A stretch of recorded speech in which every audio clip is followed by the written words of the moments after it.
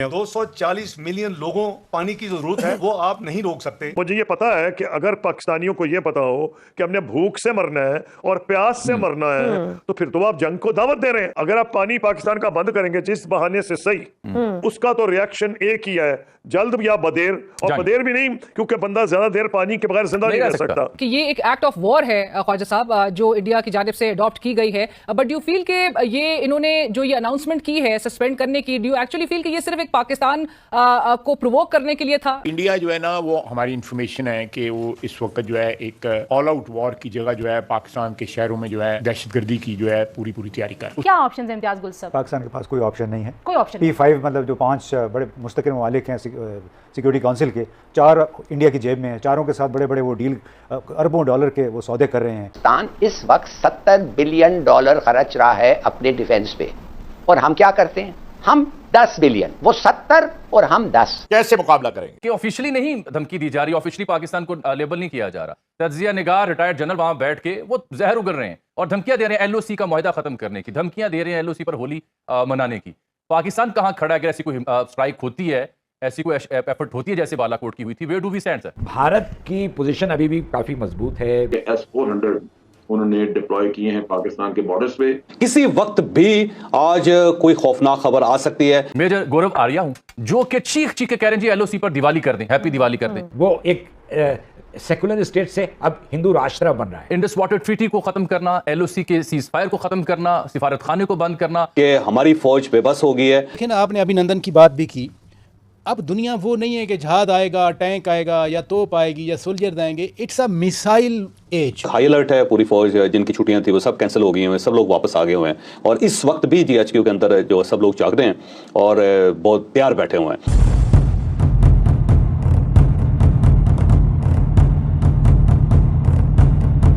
दोस्तों, पहलगाम हमले के बाद जहां भारत के सोशल मीडिया और न्यूज़ चैनल्स पर देशवासियों का गुस्सा दिखाई दे रहा है, वहीं दूसरी तरफ भारत सरकार की तरफ से इस घटना के बारे में अभी तक कोई भी ऑफिशियल बयान नहीं आया है।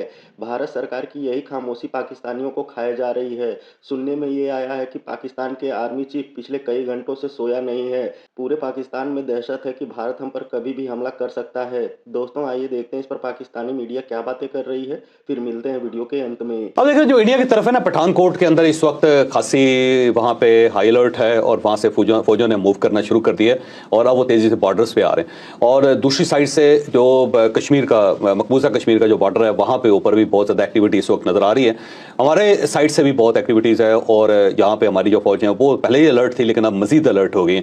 और हमारा ख्याल ये है कि अगर इंडिया ने कोई हरकत की तो उड़ी सेक्टर जो मकबूजा कश्मीर का है, यानी कि हमारा जो आज़ाद कश्मीर की साइड से, तो वहाँ पे कोई खदशा है कि किसी वक्त भी इंडिया पाकिस्तान की हदूद में दाखिल होने की कोशिश कर सकता है या आज़ाद कश्मीर के अंदर पाँव रख सकता है। तो उसके लिए तैयारियां जो ना हमारी पूरी हो चुकी हैं। फिर इसके साथ साथ जो साउथ पंजाब है, वहाँ पे कुछ सेंसिटिविटी है, जो जहाँ पे ज़ाहिर है हमेशा जब भी जंग होती है तो वहाँ से कुछ ना कुछ गड़बड़ करने की कोशिश की जाती है इंडिया की तरफ से। तो वहाँ पर हमारी जो फौज है उसने मूव कर दिया है और एक डिफेंस लाइन पर पहुँच गई है, जहाँ से उसने डिफेंस पाकिस्तान को करना होता है। और इसके साथ साथ जो हमारे जंगी तैयारे हैं उसमें उनको उतारने के लिए मोटरवे जो है वो 2 जगहों से क्लियर कर दी गई है। तो अब 2 जगह ऐसी हैं जहाँ पे हमने पहले से बंदोबस्त किया हुआ था कि जब भी ऐसी सूरत हो तो डिवाइडर्स हमने उठाने। तो एक आप पेशावर मोटरवे की तरफ चले जाओ, तो वहाँ पे एक बंदोबस्त है हमारा। लोकेशन तो हमें पता है, ज़ाहिर हम बता नहीं सकते इस वक्त। और वहाँ से डिवाइडर्स हटा दिए गए और वहाँ पे रोड जो है वो दोनों रोड्स अब बराबर हैं, और वहाँ बड़ी आसानी से तैयारा उतारे भी जा सकते हैं और वहाँ से टेक ऑफ भी कर सकते हैं। और इसके साथ साथ अगर आप लाहौर की तरफ जाएँ तो जो ही आप ये जो इस्लामाबाद की और ये सारी पहाड़ियाँ गुजरती हैं, और उसके बाद जब एक रवां किस्म का एक सड़क आती है, तो वहाँ से भी डिवाइडर्स उठा दिए गए। तो 2 हमारे पॉइंट्स हैं इस साइड पे, और उसके बाद आगे मुल्तान की साइड पे बहुत सारी जगह ऐसी हैं कि जहाँ पे आप तैयारे उतार सकते हैं और वहाँ से टेक ऑफ भी कर सकते हैं। तो वो डिवाइडर्स उठा दिए गए हैं ताकि किसी वक्त कोई भी सूरत अगर इस टाइप की पैदा हो तो फौरी तौर पे यहाँ से जहाज़ों को मूव किया जा सके और जो बॉर्डर्स है उसकी तरफ जाया जा सके। इसके साथ साथ हाई अलर्ट है पूरी फौज, जिनकी छुट्टियां थी वो सब कैंसिल हो गई हैं, सब लोग वापस आ गए हुए हैं, और इस वक्त भी GHQ के अंदर जो सब लोग जाग रहे हैं और बहुत तैयार बैठे हुए हैं। आपको लगता है कि जो वज़ीर दिफा ने भी बोला है कि भाई हमारे पास खबर है कि पाकिस्तान के किसी शहर में ये अटैक करने की कोशिश कर सकते हैं, मिसाइल फेंकने का इनका है इरादा, कोई मिसाइल वगैरह फेंकने का इरादा है, और वो ये कहेंगे देखें ये लश्कर तैयबा का जो था ना हम सेंटर हमने उड़ा दिया, या ये दहशतगर्दों का कैंप था, यहाँ पे ट्रेनिंग होती थी, ये हमने खत्म करते हैं। इस टाइप की जो हरकत है वो कर सकते हैं। वो आज़ाद कश्मीर के अंदर भी कर सकते हैं और पंजाब के किसी इलाके के अंदर भी ये कर सकते हैं। और पाकिस्तान जो से ये फील होता है, हमारी जो रिपोर्ट है वो यही है कि मिसाइल अटैक जो है ना पाकिस्तान के ऊपर हो सकता है। बड़ी अफसोसनाक सूरत हाल है पहलगाम में जो हमला हुआ उसके बाद जिस तरह से भारत में वॉर मॉन्गर्स और नफरत को, जंग को हवा देने वाले अनासर जिस तरह से एक्टिव हुए हैं, पाकिस्तान मुखालिफ जो बयानिया अपनाया जा रहा है उसके ऊपर पाकिस्तान से अब जवाब आ रहा है। पाकिस्तान को जवाब देना होगा, क्योंकि अर्नब गोस्वामी हूं, जनरल बख्शी हूं या दीगर वॉर मॉन्गर्स हूं जो नफरत का प्रचार करते हैं, उनकी लबो लहजा, उनकी जुबान हम देखें तो लगता है जैसे वो मोदी सरकार से ये कह रही हूं कि पाकिस्तान पर हमला अब नहीं तो कब। पहलगाम के वाकये में 26 अफराद मारे गए बगैर किसी सबूत के, तमाम तर तोपों का रुख पाकिस्तान की तरफ कर दिया जाता है।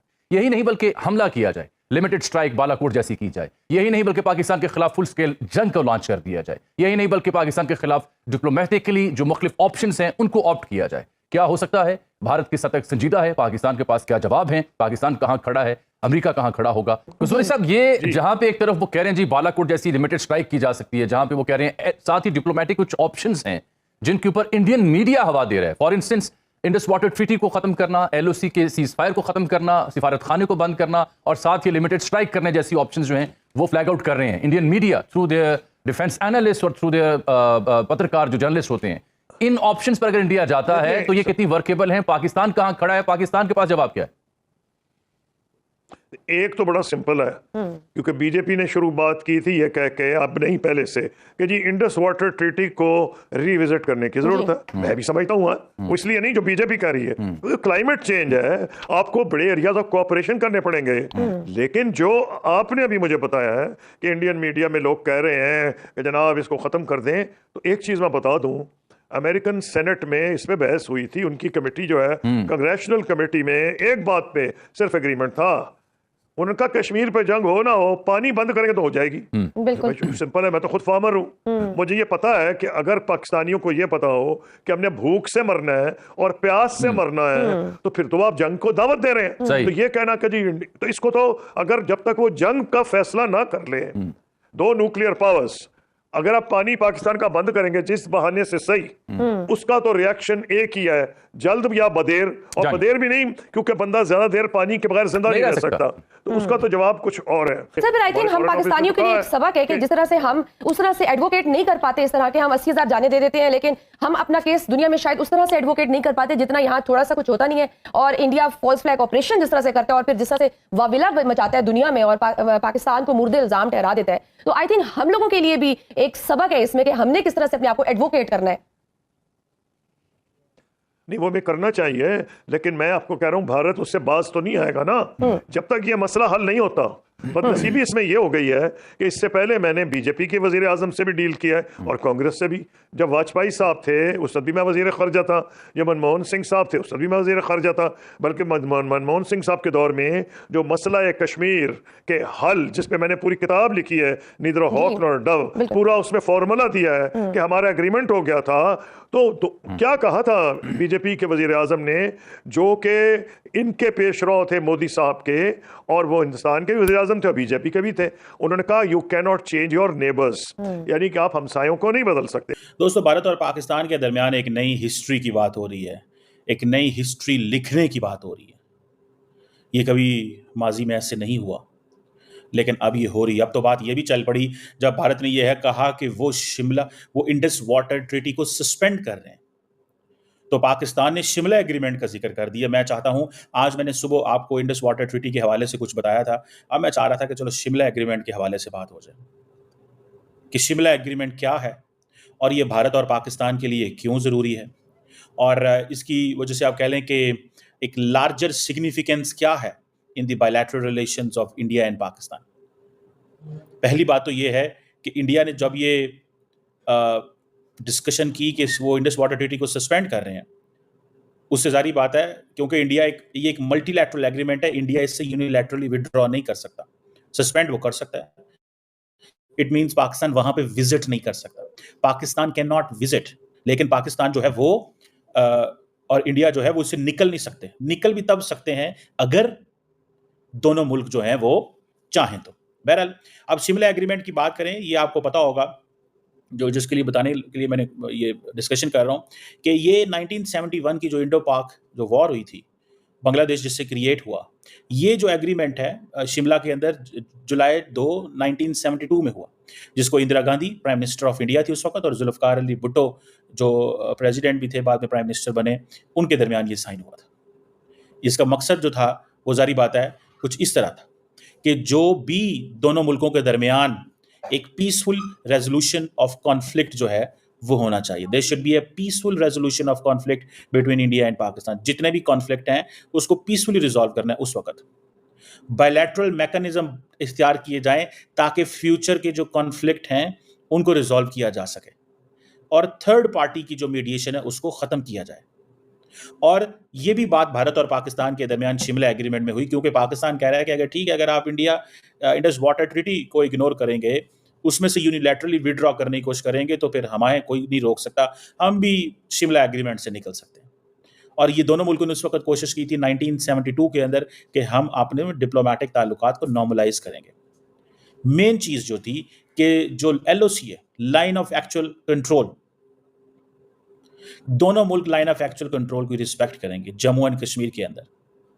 और कोई भी मुल्क जो है, ना भारत और ना पाकिस्तान, इसको यूनिलैटरली इसको चेंज करने की कोशिश नहीं करेगा, यूनिलैटरली इसको चेंज करने की कोशिश नहीं करेगा।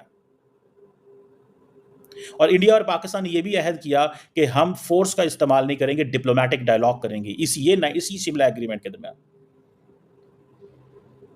और दोनों मुल्कों ने, दोनों भारत और पाकिस्तान ने यह फैसला किया कि हम अपनी अफवाज को हम विड्रॉ करेंगे, अपनी मिलिट्री फोर्सेस को इंटरनेशनल बॉर्डर के, वो उस तरफ चले जाएंगे, हम इस तरफ आ जाएंगे। भारत और पाकिस्तान ने यह भी फैसला किया कि एक दूसरे की जो टेरिटोरियल इंटेग्रिटी है उसका भी और सॉवरेनिटी का भी ख्याल किया जाएगा। भारत और पाकिस्तान ने इस चीज का भी फैसला किया कि कश्मीर और बाकी जो डिस्प्यूट्स हैं उनको सॉल्व करने के लिए डायलॉग एंड डिस्कशंस होंगे। ये दोनों मुल्कों ने इसके ऊपर काम किया हुआ है। और सबसे बढ़ के ये दोनों मुल्क जो हैं अपने मसले बायलैटरली हल करेंगे। The disputes will be resolved bilaterally, bilateral talks होंगे और इंटरनेशनल फोरम्स पे नहीं जाएंगे। Remember this thing that Bharat and Pakistan will not go at the international forums. वो इंटरनेशनल फोरम्स पे बिल्कुल नहीं जाएंगे, अपने मामलात खुद तय करेंगे। और जो सबसे बड़ी उस वक्त चीज जो हुई थी वो ये है कि repatriation of prisoners of war, जो POWs थे, कि हम 90,000 पाकिस्तानी जो हैं जो 1971 की वॉर में जो थे, उनमें से कहा जाता है इनमें से 35 और 40,000 के करीब फौजी थे और बाकी जो थे वो सिविलियंस या पाकिस्तानी जो फैमिलीज थी उनकी वो थे। सो ये चीज आप देखें, इस शिमला एग्रीमेंट जिसको अब पाकिस्तान कह रहा है कि वो इससे विड्रॉ कर सकता है। अगर इंडिया इससे विड्रॉ करता है तो पाकिस्तान भी विड्रॉ कर सकता है। आज का जो पाकिस्तान का जो नेशनल सिक्योरिटी कमेटी का अलामिया है, अगर आप देखें, सो वो कहता है कि जो सिर्फ शिमला एग्रीमेंट से वो एग्जिट नहीं हो सकता। सिर्फ ये नहीं कि हम शिमला एग्रीमेंट से एग्जिट करेंगे, हम हर चीज से एग्जिट कर सकते हैं। दोस्तों, कश्मीर के पहलगाम में जब से आतंकियों ने हमला किया है, भारत के निर्दोष लोगों की जान ली है, तब से पूरे देश में गुस्से का माहौल है और भारत का बच्चा बच्चा यही चाहता है कि इस बार पाकिस्तान को ऐसा सबक सिखाया जाए कि वो भारत की तरफ आंख उठाने से पहले 100 दफा सोचे। दोस्तों, एक तरफ जहां देशवासियों में गुस्से का माहौल है, वहीं भारत सरकार की तरफ से अभी तक इस घटना के बारे में कोई भी ऑफिशियल बयान नहीं आया है और मोदी सरकार की यही चुप्पी पाकिस्तानियों की नींद उड़ा रखी है। एक तरफ जहां भारत सरकार खामोशी के साथ प्लान बना रही है, वहीं पाकिस्तान का मीडिया हो या पाकिस्तान की आवाम हो या फिर पाकिस्तान की आर्मी हो, सबकी नींद उड़ी हुई है। सब टीवी पर बैठकर भारत को गीदड़ भपकियां दे रहे हैं कि अगर भारत ने ऐसा किया तो हम ये कर देंगे, अगर भारत ने हमला किया तो हम वो कर देंगे। दूसरी तरफ भारत ने जब से इंडस वाटर ट्रीटी खत्म की है, पूरे पाकिस्तान में हड़कंप मचा हुआ है। खबरों के मुताबिक अगर भारत उनका पानी रोक लेता है तो पाकिस्तान में 240 मिलियन लोग प्यास से मर जाएंगे। पूरे पूरे पाकिस्तान को पानी इंडस वाटर से ही मिलती है। अगर भारत ये पानी रोक लेता है तो पाकिस्तान में फसलें सूख जाएंगी और अगले कई सालों तक पाकिस्तान भूख से मरता रहेगा। दोस्तों, एक तरफ जहां पूरा भारत शोक के माहौल में है, वहीं दूसरी तरफ पाकिस्तानी मीडिया है जो प्रोपेगेंडा फैलाने में लगी हुई है। पाकिस्तानी मीडिया चीख चीख कर ये बता रही है कि भारत ने ये हमला खुद ही करवाया है और इसमें पाकिस्तानियों का कोई कसूर नहीं है। लेकिन ऐसा बोलने से पहले ये भूल जा रहे हैं कि अभी एक हफ्ते पहले ही उनके आर्मी चीफ ने क्या बयान दिया था। पाकिस्तान के आर्मी चीफ आसिम मुनीर ने पाकिस्तानियों को संबोधित करते हुए कहा था कि हम हिंदुओं के साथ नहीं रह सकते हैं और हिंदू हमसे बिल्कुल अलग हैं। यही वजह है कि पहलगाम में आतंकियों ने गोली चलाने से पहले बेगुनाह लोगों का नाम और उनका धर्म पूछा था और यहाँ तक कि उनके कपड़े उतरवा कर भी चेक किए थे कि उनका खतना हुआ है या नहीं। खैर, पाकिस्तान ने जो किया है उसका खामियाजा उसे भुगतना पड़ेगा। दोस्तों, वीडियो में अंत तक बने रहने के लिए धन्यवाद। मिलते हैं अगले वीडियो में।